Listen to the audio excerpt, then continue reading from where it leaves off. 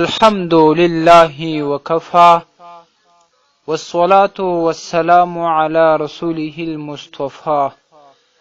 قدرمندو محترم ورونو یو ورور پوښتنه کړې ده چې په مسجد کې خبرې کول ډیر خلک په دې عادت باندې وي، نه دی حکم څه دی؟ محترم ورور، ستاسې په جواب کې به ووایم چې د فقه کتابونه ټول په دې باندې متفق دي چې په مسجد کې د دنیا خبرې کول هغه حرام دي او سخت وعید ور باندې راغلی دی. په خزانة المفتین کې داسې خبره راغلی ده چې که څوک د دنیا خبرې په مسجد کې وکړي، الله تعالی به یې د 40 ورځو عمل ور باطل کړي. او فتاوای محمودیه په جلد 22 او صفحه 152 کې دا خبره راخیستې ده چې که څوک د عبادت په نیت باندې نه بلکې د خبرو په نیت باندې دلته راسي جماعت کې بیا د دنیا خبرې کوي، نو بیا دغه د 40 ورځو عمل الله تعالی ورته باطلوي. او که څوک د عبادت لپاره راسي بیا د عبادت وروسته یو خبر و دوی وکړي، هغه پروا نه لري. او دا شان فتح القدیر خلا دا خبره هم لیکلې ده چې مباح خبرې شي خبرې په مسجد کې کول هم مکروه دي او دا حسنات و نیکی خوري.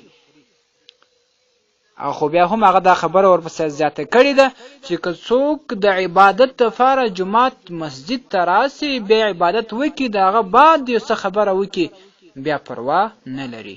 رد المحتار جلد 3 صفحه 508.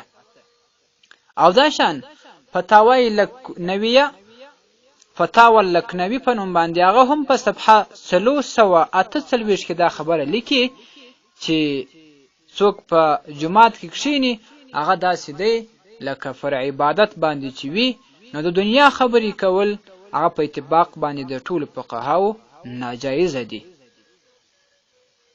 او دا شان که څوک د لمانځه وروسته بیا یو څو خبرې وکړي هغه پروا نه لري، خو دا خبره بیا ورپسې زیاتوي چې د لمانځه د مخه یا وروسته قصې کول، حکایات د دنیا بیانول، دروغ بیانول، هغه بالکل جواز نه لري. دا شان فتاوای هندیه جلد 5 صفحه 321 کې هم دا خبره لیکي. او همدا شان اعلاء السنن هغه هم په جلد 4 صفحه 1480 کې راخي چې دنیا خبرې په مسجد کې کول هغه صحیح نه دي، جایز نه دي، د انسان عملونه خرابوي، د انسان اعمال خوري او الله تعالی اعمال نه قبلوي.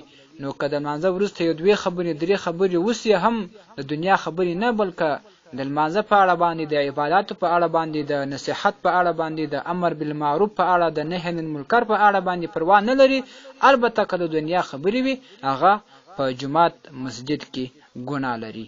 والسلام علیکم ورحمت الله وبرکاته.